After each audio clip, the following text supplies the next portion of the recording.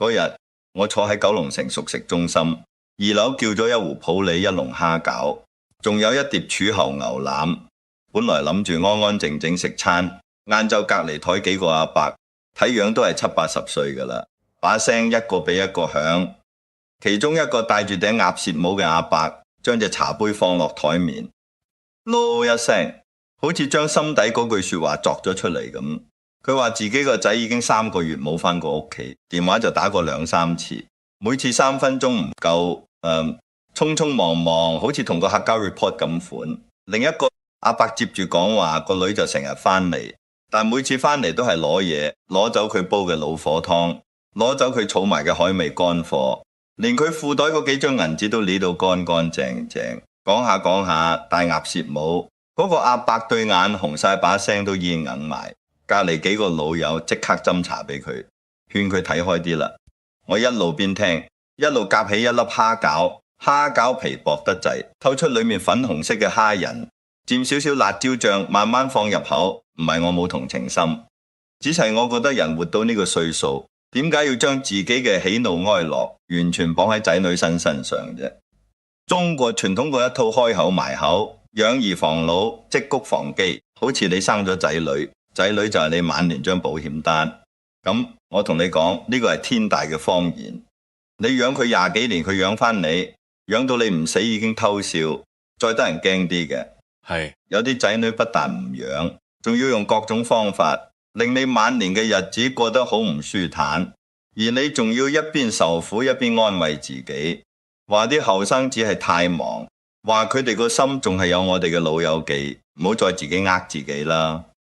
等你7老80，如果發現仔女身上有呢3種行為，聽我一句勸，趁早收心，將自己嘅生活捉實喺自己手裏面，唔好等到嗰一日徹底心淡啦，先發覺自己除咗眼淚乜都冇，剩低呢杯茶，我敬你哋，亦都敬我自己飲啖先，我哋慢慢傾。第一種行為我最常見，亦都最令我激氣，就係嗰啲打着為你好嘅旗號，搏命剝奪你生活樂趣嘅仔女。佢哋成日對你指手畫腳，呢樣唔俾你食，嗰樣唔俾你做，將你當成一個冇自理能力嘅細路仔，個名叫盡孝，實際係操控。我有個老朋友姓周，我叫佢周叔。周叔今年76，以前係做乾貨生意㗎，身子好硬淨，最中意就係食佢中意食肥叉燒，嗰啲半肥瘦焗到邊邊有少少暈，一咬落去豬油喺個口度化開，配碗白飯，佢可以怒刨3大碗。佢仲中意飲酒，唔係亂咁飲，係識得嘆，屋企收埋幾支軒尼詩。XO 每飯倒一小杯，慢慢搭配幾粒花生或者一大籃芝士，嗰陣係佢一日裏面最舒服嘅時光。佢老婆走咗之後，佢一個人住喺舊屋度，日子雖然孤單，但好醜話晒自由自在。後來佢個仔覺得佢年紀大，一個人住唔安全，夾硬將佢接過去一齊住。本來諗住可以享返幾日清福，點知係入咗嗰個牢籠。佢個仔係個典型嘅健康警察，自己膽固醇高少少，就以為全世界人都應該戒油戒酒。佢一入門就同周叔定規矩，話由今日開始唔准食肥叉燒，唔准食燒鵝，唔准食豬油渣，連炒個菜都要用鹼。諗由每日只可以食白間菜、白間雞胸肉，個名就話要降膽固醇，咁都未夠皮。佢仲收走埋周叔嗰幾支 XO， 話飲酒傷肝，老人家飲得多容易中風，連退休金本銀行簿仔都俾個仔收埋，每個月淨係俾佢幾嚿水零用，話怕佢俾人呃，話而家電話騙案咁犀利，老人家啲錢都係由仔女保管穩陣啲。周叔同我講起呢啲嘢嗰陣，把聲好輕，好似驚俾隔離房個仔聽到咁。佢話佢每日最驚就係食飯，一見到台面嗰碟白鵪、西蘭花同百里雞胸肉，個胃即刻乜胃口都冇晒。佢有時半夜餓到瞓唔着，偷偷地爬起身睇雪櫃，但雪櫃裏面除咗脫脂酸奶同全麥包，乜嘢都冇。有一次我去探佢，專登喺半路買咗隻啱啱出爐嘅燒鵝，嗰隻燒鵝皮脆到好似玻璃咁，油淋淋斬開，嗰下啲肉汁都噴出嚟。我拎住隻燒鵝一入門，佢對眼首先一亮，跟住即刻就沉晒4圍，望咗望，細細聲講：你攞呢樣嘢嚟做咩啊？俾阿仔見到又要鬧㗎。我笑笑口話唔怕我哋出去食，佢猛咁搖頭，話個仔喺廳度裝咗個 cam， 話係為咗隨時睇住老人家，講穿咗，其實就係監控嗰一刻。我個心揦住，酸到不得了。我唯有將隻燒鵝擺喺台面，話咁就當住我面食一啖。佢坐喺度眼金金望住嗰碟燒鵝，喉啊上下喐，吞咗幾次口水，但就係唔敢喐對筷子。最後佢嘆咗一口氣，耷低頭繼續扒佢嗰碟一啲生命氣息都冇嘅白芥菜。我望住佢曾經嗰個談笑風生、大口肉、大啖酒嘅周叔，而家對眼都暗晒，成個人縮喺張企度，十足十一個坐監嘅犯人。唔係我講錯，盆景仲可以曬下太陽，仲可以俾人修剪到好眉好貌。佢連啲陽光都係個仔規定好嘅。朝早9點一定要拉開窗簾，下晝3點一定要出露台坐半個鐘，慘過盆景。你哋話啦，咁叫盡孝咩？借個健康嘅名義，將你人生所有嘅樂趣逐樣拎走。人生70古來稀，活到呢個歲數，食多啖食少啖，閻羅王要收你，會預先同你商量咩？佢唔會膽固醇，有咩咁好驚啫？豬油撈飯先至係最香，一碗熱辣辣嘅白飯，話一羹雪白嘅豬油匿落去，再淋幾滴頭抽撈勻佢，嗰陣香味可以由廚房飄到去巷仔口。你活得成個清教徒，咁膽固醇係降咗啦。但係人活着仲有咩味啫？驚膽固醇，驚三高，驚呢樣驚嗰樣，成世乜都唔敢食。結果呢，未等到膽固醇要你條命，你首先俾呢種冇厘滋味嘅日子悶鬼死，連食流紅燒肉嘅自由都冇，咁叫乜嘢盡孝？呢啲擺明係變相折磨。佢哋用為你好呢3個字，將你包裝成一個等住俾人救嘅廢柴。其實講穿咗，只係想減輕佢哋自己嘅麻煩。你越乖，佢哋越安樂。你最好每日準時食藥，準時食白芽菜，唔好俾麻煩佢哋，唔好喺佢哋忙碌嘅生活裏面製造任何意外。但你係一個人，唔係一個淨係需要維持基本生理機能嘅物體。如果你屋企都有呢種健康警察，日日掹實你隻飯碗，沒收你嘅酒杯，連你袋裏面嗰少少養老錢都管到實一實。唔該，你喺評論區打個1字，等我睇下有幾位老友記係坐埋同一條船。又或者你可以講下你最想食但俾仔女禁咗嘅嘢係乜？係豬油漏飯啊，定係燒鵝髀，定係嗰一小杯陳年花雕？寫低佢啦，就當係頂下癮。第二種行為比剝奪你嘅樂趣更令人心淡，佢哋係理直氣壯咁啃老，將你當成一部唔使插電嘅自動提款機，再加一個24小時 on call 嘅全職家用。而家啲後生壓力大，我完全明白。香港地買層樓唔食唔飲都要儲幾十年，工作競爭激烈，生活指數高到離晒譜。倪匡仲喺度嗰時，我哋成日一齊食飯，佢一邊消滅緊一碟避風塘炒蟹，一邊同我講：一代人有一代人嘅苦，佢哋嗰代走難落嚟香港，白手興家，乜嘢苦未食過？我哋呢代搏命寫稿，捱更抵夜，亦都係咬實牙關捱出嚟嘅。每一代人都有各自嘅難處，我唔否認，但係呢樣嘢絕對唔可以成為佢哋吸慣父母最後一滴血嘅理由。你覺得苦，你可以奮鬥，可以死慳死抵，可以諗其他辦法，而唔係將嗰對老馮嘅手直接伸入老豆老母已經大硬化嘅褲袋裏面。我聽過太多咁嘅故事，有啲成3張幾嘢嘅人，份工都做咗好幾年噶啦，但一話要買車，第一件事就係向老豆攤大手板，一開聲就係10幾20萬，理由好充分，話冇車唔方便傾生意，冇車追唔到女仔。老豆錫個仔將儲咗好耐嘅定期存款提早解約，利息都蝕唔少，俾咗嗰筆錢佢車就買咗啦。個副駕駛座上面坐過幾多個女仔就唔知，不過老豆嗰筆錢就肯定係石沉大海，連個水花都冇濺起過。又過2年，話要結婚要買樓，香港啲樓價你哋都知噶，首期喐下就要幾百萬。做仔嘅同未來新抱一齊返嚟，坐喺廳度好聲好氣同父母商量，話可唔可以將而家住緊嗰層舊樓，攞去銀行加按，或者直頭賣咗佢多一筆現金出嚟，俾首期。佢哋話第時買到新樓，一定會留一間房俾兩老住，講得比唱仲好聽。但層樓一到手，裝修到靚一靚，佢哋搬入去享受二人世界。嗰間當初應承咗嘅房，一係變咗書房，一係變咗衣帽間。老父老母呢，一係就逼喺偏遠嘅細單位度，一係就俾人塞咗入老人院。至於嗰筆棺材本，唔使諗有得攞返㗎啦，咁都未夠皮。等到佢哋生咗仔女，你又變咗免費湊仔公湊仔婆。佢哋將個孫仔女塞過嚟，你度奶粉尿片擺低喺台面，交代兩句就走人。從此你嘅生活就變成圍住個孫轉。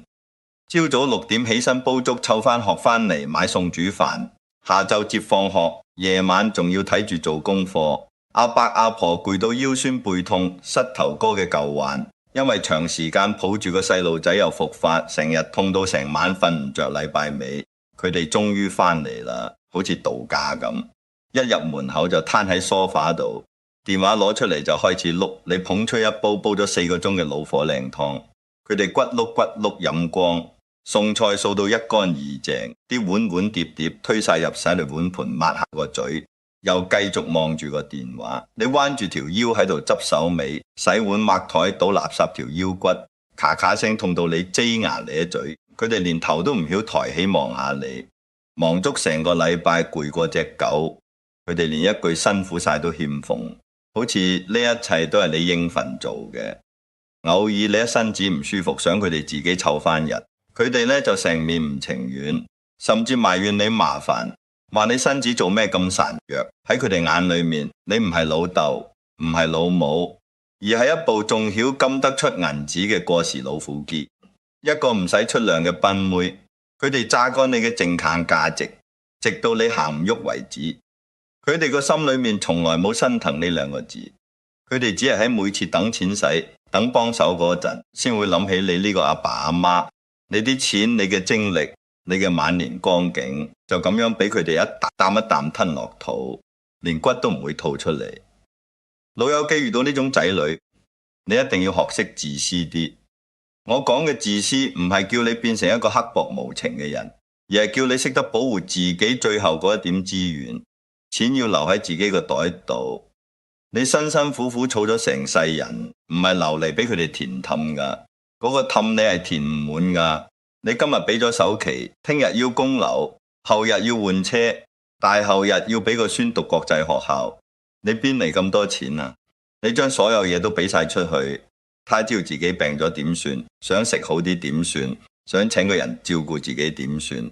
你將啲錢揸實喺自己手，去中環買幾料上等嘅岩茶，去日本北海道食餐頂級嘅螃蟹宴，去歐洲坐返轉河船。咁唔好過填嗰個永遠唔識飽嘅怪獸咩？食咗落肚，見識咗嗰啲先至係你自己㗎。填落無底深潭，淨係聽到金培一聲，連回音都冇。你嘅時間同體力都一樣幫得到，係人情；幫唔到係道理。你已經將佢哋拉扯大，冇義務再幫佢哋拉扯下一代。湊孫呢家嘢，耐唔耐玩下，享受下天倫之樂咁好好。但如果你將佢當成一份全職嘅工作，做生做死，仲要俾人嫌，咁就不如趁早放開對手。佢哋有本事生，就要有本事養。你可以教佢哋點樣做，但係你唔可以取代佢哋去做。如果你屋企都有呢種啃老族，當你嘅付出係老馮，當你掙銀行同埋家用，我想請你喺呢條片嘅留言區留低心淡2個字。或者你可以講下你最激氣嗰一次，係俾仔女拎走咗乜嘢？係一筆錢，定係你嘅時間，定係你本來打算去旅行嘅嗰份期？代打出嚟啦，個心會舒服啲㗎。我哋呢班老家鳳都應該互相取返下暖，知道唔係得自己一個喺度受苦。前面2種行為，一樣係操控你，一樣係榨取你，都仲算係睇得見摸得到嘅矛盾。但第3種行為先至係最攞命、最殺人不見血嘅。佢哋既唔貪你啲錢，亦都唔多限制你，但佢哋就係對你人喺心唔喺，用冷暴力將你個心一啲啲咁凍死。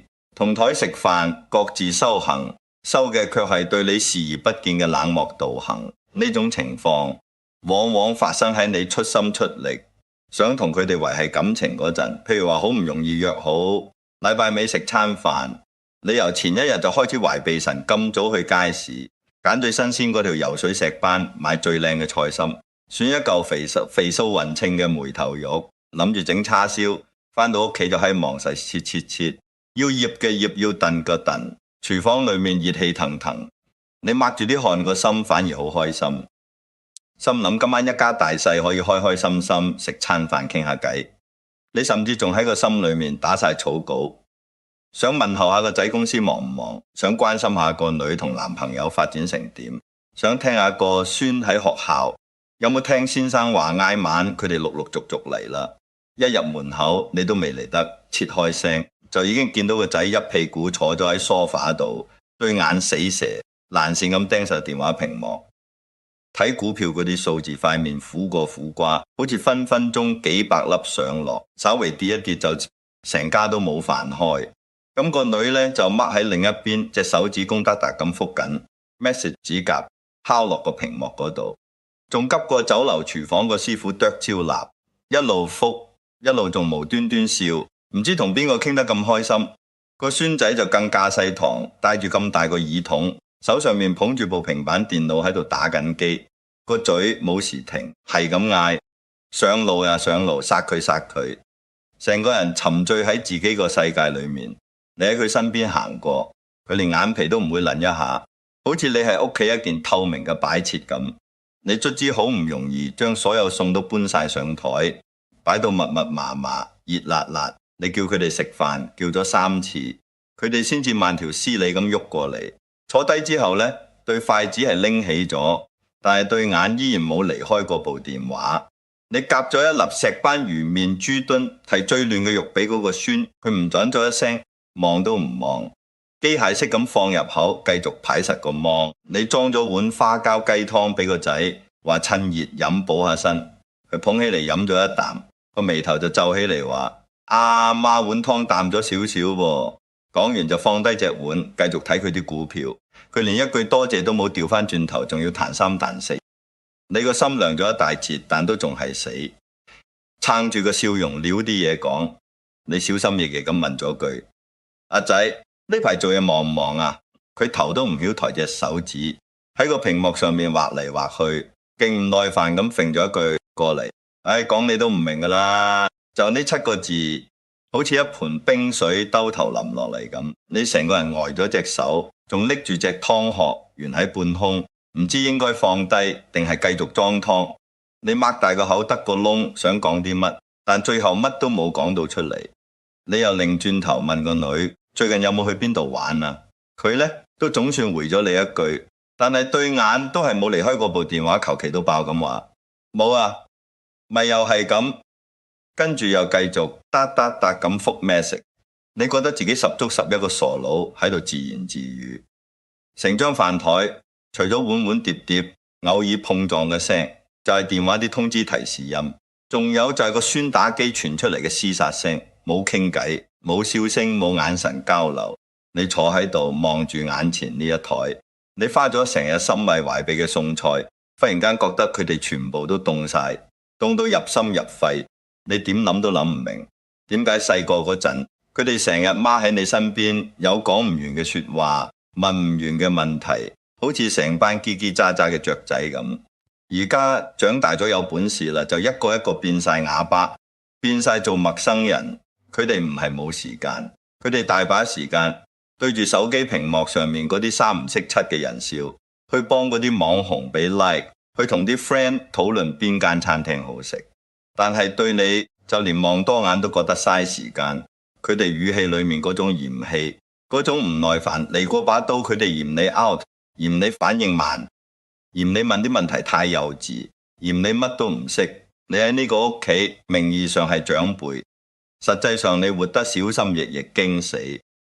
講錯一句說話就會惹佢哋唔高興，連呢餐飯都食得唔安樂。咁樣嘅陪伴有不如無，一家人坐埋一台，個心卻係隔咗108000里。與其對住一台冇靈魂嘅木頭人食飯，睇佢哋嘅面色，聽佢哋嘅敷衍，我倒不如自己一條友自由自在。我情願夾住我份報紙去街口。嗰間我食慣食熟嘅小鋪頭，嗰間鋪嘅老闆娘叫阿蓮，50歲左右，墊咗個曲髮大嗓門，個人好爽朗。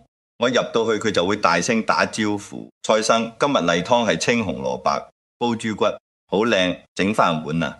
我坐落嚟叫一碗及第，粥一碟，炸兩及第粥，啲粥底綿滑到不得了，豬筋粉長肉軟，全部都處理得乾乾淨淨。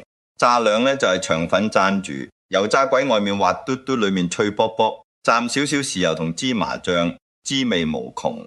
我一邊食一邊同阿蓮打牙，聽佢講下附近街市嘅八卦，邊檔啲魚夠新鮮，邊隻馬今晚有運行，嗰種煙火氣，嗰種熱熱鬧鬧嘅感覺，好過坐喺自己屋企對住成班低頭族，舒服100倍。至少喺呢度，我覺得自己仲係一個活生生嘅人，仲有人願意聽我講嘢，對我笑。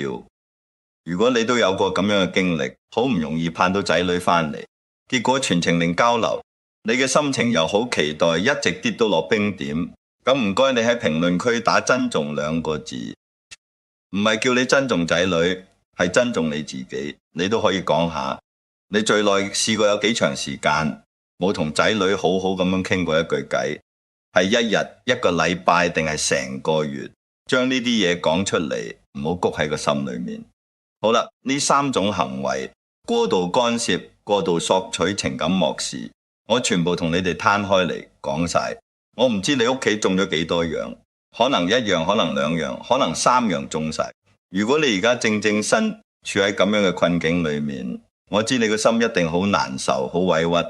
但我想同你講，唔好怨天尤人，亦都唔好再半夜3更自己偷地喊，怨天尤人改變唔到現實，眼淚亦都換唔返佢哋嘅真心。人老咗最緊要嘅就係睇開2個字。點樣先叫做睇開呢？就係你要由個心深處去接受一個事實，仔女係天上邊飛嘅雀，你只係佢哋暫時停靠一下嘅樹枝。細個嗰陣，佢哋羽毛未豐，需要你餵食保護。但一旦對翼啱正咗風嚟咗，佢哋自然會展開雙翼，飛到你去唔到、睇唔見嘅遠方。呢個係自然規律，強求唔嚟。你夾硬要將已經飛走咗嘅雀捉翻嚟閂喺籠裏面，佢哋痛苦，你都痛苦。所以咧，唔好再將你嘅寄望，你下半生嘅快樂，完全寄託喺佢哋身上。嗰份寄望太沉重啦，佢哋孭唔起，亦都未必想孭。你要學識將你嘅喜怒哀樂由佢哋身上面收翻嚟，擺翻喺自己度。我俾你嘅建議好簡單，就幾條。第一，隻手一定要有翻啲閒錢傍身，呢筆錢唔係俾佢哋應急用噶，唔係俾個孫交學費噶，係你自己最後嘅尊嚴同底氣。有咗呢筆錢，你可以揀食好啲，住好啲。今日想食碗深水咁煲嘅豬潤麵就去食，叫老細加多啲豬潤，加5蚊。聽日想去福臨門，叫翻1圍，約埋3、5知己，嗌隻當紅炸子雞，一煲老火靚湯，食到開開心心。甚至乎好似我咁，一時興起，買張機票就飛去曼谷，揾一間唔起眼嘅路邊攤，食佢哋嗰個蟹肉炒飯。嗰碟炒飯鑊氣十足，蟹肉一絲絲咁混埋啲蛋香同米香，再懟翻個新鮮椰青。人生就係咁噶啦，錢只有使喺自己身上，令到自己開心，先至真正係屬於你。存在銀行裏面嘅數字，或者俾仔女拎咗去嗰啲錢，其實都唔係你嘅。第二，要保持一個健康嘅身體。我唔係叫你學周叔個仔咁去追求嗰啲所謂數字上嘅健康，乜嘢膽固醇指數之類。我係叫你保持身體嘅舒適同活力，每日散下步，打個太極拳，或者好似我咁四圍去揾好嘢食，行下路都係一種運動嚟，個身體舒服啦，你先至有本錢去享受人生。如果你日日攤喺張床度，連食件豬腳薑嘅力都冇，咁你有再多錢都冇用。所以呢，對你自己個身體好啲，唔好為咗慳錢，或者為咗照顧邊個將自己拖到殘晒。第三，揾2、3個可以一齊飲下茶、酌下酒嘅老友，呢樣嘢實在太重要啦。人越老，朋友越少，留得低嗰幾個，就係珍寶。我哋喺埋一齊，唔講嗰啲煩心嘅嘢，就講食講飲，講返以前嗰啲荒唐有趣嘅日子。約喺陸羽茶室，叫一壺普洱幾籠點心，可以由朝早坐到中午，或者夜晚去大排檔開一支白蘭地，配住避風塘炒蟹，天南地北亂咁噏，一輪有咩煩惱都煙消雲散啦。朋友係乜嘢？朋友就係嗰個，你講一句，尋晚嗰碟咕嚕肉太酸，佢就可以即刻接到。我知有間鋪頭做得特別好嘅人，身邊如果仲可以有一兩個紅顏知己，咁就更加妙不可言。佢哋心思細膩，賞心悅目，聽佢哋傾下偈，笑聲清脆，人都後生幾年。呢樣嘢並唔係乜嘢不道德嘅嘢，而係一種生活情趣嚟。當然呢樣嘢可遇不可求嘅，有就最好，冇都冇計，千祈唔好強求。第四，亦都係最緊要嘅一點，就係要為咗自己而活。活到呢個份上，你真係唔使再為任何人負責任噶啦。你已經完成晒你嘅社會責任，湊大咗啲仔女，份工又退咗休，而家剩翻落嚟嘅時間係個天額外賞賜俾你嘅，你要當成係寶物一樣咁去揮霍，去享受，唔好再諗住等個仔得閒先帶你去邊度玩。你想去就自己去跟團又好，約老友一齊結伴去都好，唔好再諗住等個女嫁得好，你就安樂晒佢嘅幸福，佢自己會負責。你操碎心都冇用，仔女孝順唔孝順，嗰啲係佢哋自己嘅修行嚟。你快唔快活係你自己嘅選擇。你喺呢度幫佢哋愁眉苦臉，食唔安坐唔落，佢哋呢咪又係照樣喺出邊吃喝玩樂，過住佢哋自己嘅日子。呢條數點計點蝕底到唔恨。你為佢哋流乾晒啲眼淚，佢哋可能喺邊個海島嗰度緊嫁，連你長成咩樣都就快唔記得，何苦呢？你要學識做一個自私嘅快活老人。呢度講嘅自私係通透嘅自私，係睇破紅塵之後對自己嘅慈悲，唔好干涉仔女嘅生活，亦都唔好俾仔女干涉你嘅生活。大家保持住一個舒服嘅距離，耐唔耐聚一聚，有計就傾多兩句，冇計傾咪各自安好咯。如果邊日佢哋真係好等住你幫手，而你又喺能力範圍之內，心情又靚嘅情形下，咪幫一把咯。但係千祈唔好再成個身心咁樣一頭栽入去，好似後生嗰陣時咁奮不顧身，冇咁嘅必要啦。好啦，壺茶由普洱轉咗飲，愁眉說話都講咗咁多，我呢個阿伯今日講嘅句句都係同你哋心貼住心嘅大實話，可能唔係咁好聽，忠言逆耳嘛。但係如果你可以聽入去幾分嘅話，我拍心口保證，你嘅晚年生活會快活好多。就似由逼逼夾夾嘅公屋搬咗去一個有露台嘅海景單位，咁開闊自在。如果你聽唔入耳，覺得我講嘅全部都係歪理，覺得仔女就算點衰都係自己嘅寶，咁你就繼續捱啦，繼續食你嘅爆麥青菜，繼續做你嘅免費家用，繼續對住成台凍冰冰嘅電話食飯。嗰個係你自己嘅人生，條路係你自己揀嘅。跪住都要行完佢，我唔會阻你。我飲茶先啦。最尾如果你覺得我呢個阿伯今日所講嘅都仲有咁丁咁多道理，觸喐到你心裏面嘅某條弦，唔該你喐下手指，俾呢條片一個 like。你如果中意聽我講呢啲，有嘅冇嘅中意聽我講飲講食講人生，就記得撳個訂閱 follow。 我想睇我去邊度揾好嘢食，想睇我又喺邊條街邊個巷尾揾到啲好玩嘅嘢，就喺評論區話俾我聽。譬如你最想我拍咩美食雲吞麵啊、絲襪奶茶啊，定係新鮮出爐嘅蛋撻，通通都可以寫低落嚟。下次又或者我會帶去元朗食老婆餅，嗰啲啱啱出爐拎上手仲辣手，啲酥皮嘰嘰聲咁跌落嚟，裏面啲冬瓜蓉甜而不膩，熱辣辣咁一啖咬落去，乜鬼煩惱都唔記得晒。人生短短幾十年，最後呢段路一定要為咗自己而活。我哋下期再見。